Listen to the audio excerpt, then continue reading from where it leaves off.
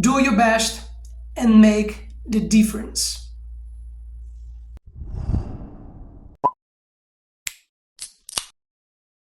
In today's lesson, you will learn the difference between do and make.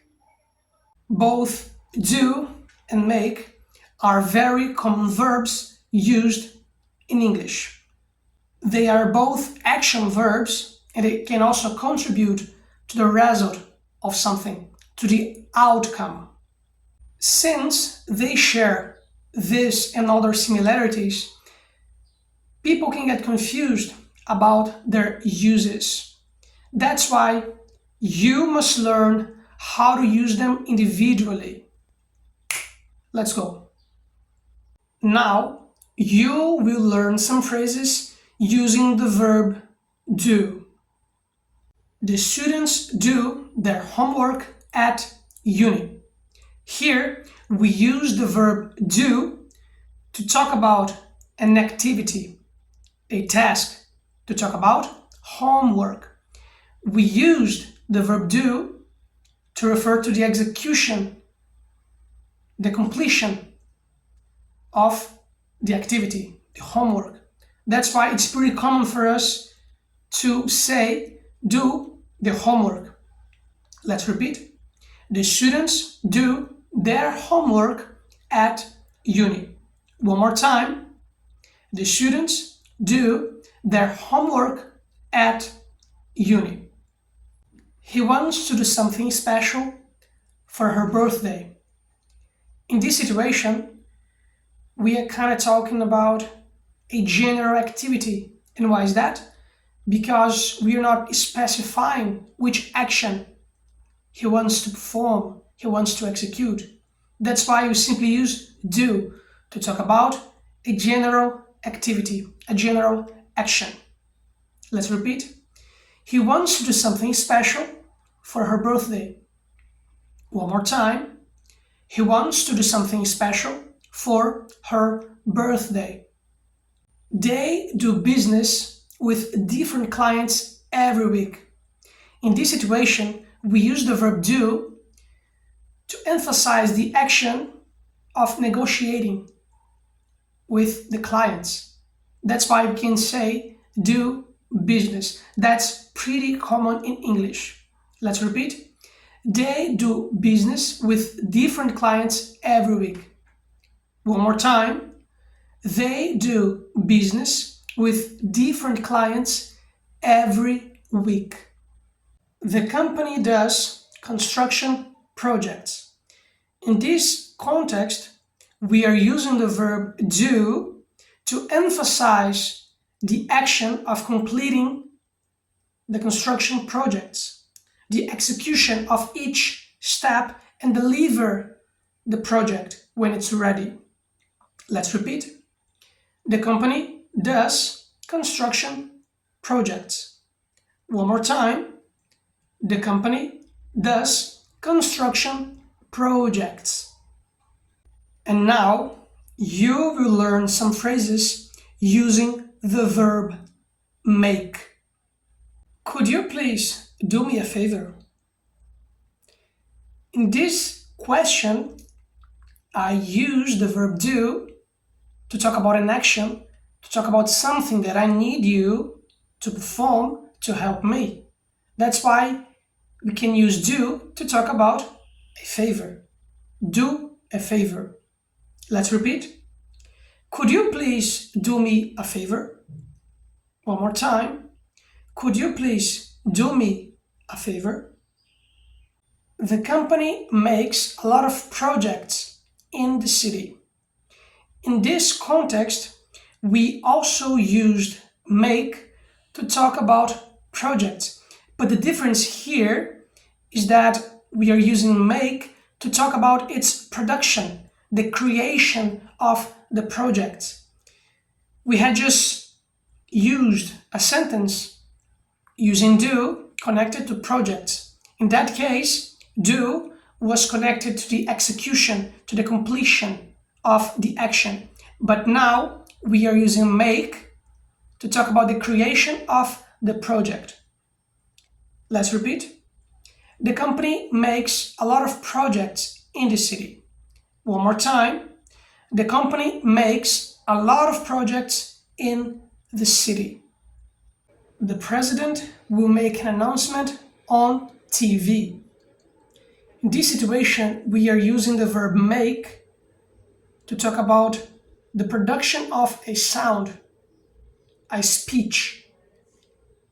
The president will announce something. He will say something. Therefore, he will produce a sound and he will also produce a speech. That's why we can use make in this context. Let's repeat. The president will make an announcement on TV. One more time. The president will make an announcement on TV. Mary makes a lot of money as a doctor. In this situation, we are using the verb make to emphasize the result from Mary's work. She works as a doctor, which produces a lot of money for her. That's why we can use make in this context to talk about money, which is the result of Mary's work. Let's repeat. Mary makes a lot of money as a doctor. One more time. Mary makes a lot of money as a doctor. Peter needs to make a decision about his future. Now we have a situation where Peter needs to create, to form a plan, a decision about what is going to happen next in his life. That's why we used make connected to decision. And we can also use make to talk about plans and choices. Let's repeat. Peter needs to make a decision about his future. One more time. Peter needs to make a decision about his future. Mary's dog makes her happy. Now, in this amazing example, we are using the verb make to talk about the fact that her dog causes a reaction on her life. That's why you can say that Mary's dog makes her happy. And her happiness is a result of the dog's actions. Let's repeat. Mary's dog makes her happy. One more time. Mary's dog makes her happy. The verbs do and make are irregular verbs, which means that when we use them in the past, they change their base form. Now, you will learn how to use the verb do in the simple past. Mark did the groceries yesterday. Here, we are using the verb do in the simple past, that's why it became did, to talk about a general activity.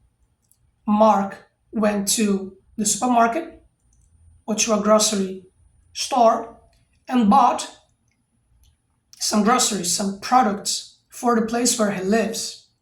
That's why we use did, which represents the verb do in the past connected to a general or maybe a daily activity. Let's repeat. Mark did the groceries yesterday. One more time. Mark did the groceries yesterday. They did a great job during the last competition. Here, we are using the verb do in the simple past, that's why it became did, to describe the fact that they had a great performance during the last competition. In this situation, the verb do is connected to a general activity or maybe a task.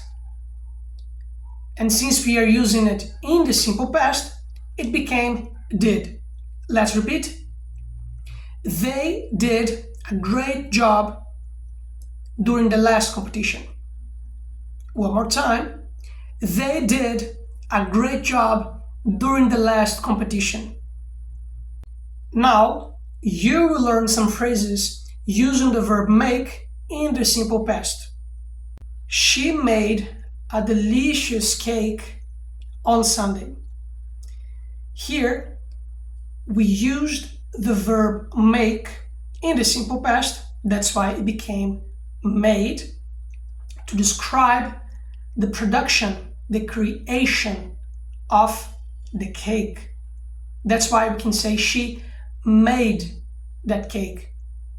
Let's repeat. She made a delicious cake on Sunday. One more time. She made a delicious cake on Sunday. Patrick made some plans to visit his family in his country. Here, we are using the verb make in the simple past, which became made, to describe the fact that Patrick created a plan to visit his family in his country. That's why we use make, which became made, since we are using it in the simple past. Let's repeat. Patrick made some plans to visit his family in his country. One more time. Patrick made some plans to visit his family in his country. Now, you will learn how to use the verb do in the past participle when we are using it in the past perfect and in the present perfect. They have done the cleaning during the week. Now we have a situation where they started an action in the past, but it's still happening. They started to clean the place, but they are still cleaning it, and the week is still going on. That's why we are using the verb do in the present perfect, where do becomes done. Let's repeat. They have done the cleaning during the week. One more time. They have done the cleaning during the week. The company had done the projects before they traveled. Here, we are talking about two actions in the past, where one action happened before the other. And we are using do in the past perfect, where it becomes done. Remember, the company had done the projects, which is the first action, before they traveled. And this one is the second action, but they are both in the past. Listen, the company had done the projects, the first action in the past, before they traveled, which is the next action also in the past. Let's repeat. The company had done the projects before they traveled. One more time. The company had done the projects before they traveled. Now, you will learn some examples using the verb make in the past participle, using the past perfect and the present perfect, where the verb make will become made. We have made a decision about our future. In this example, I'm describing a situation where we made a decision in the past, but it's still connected to the present. Somehow, it's still happening. That's why we are using the verb make in the present perfect, where it becomes made. Let's repeat. We have made a decision about our future. One more time. We have made a decision about our future. Mary had made spaghetti before going to work. Here we have two actions in the past, where one action happened before the other.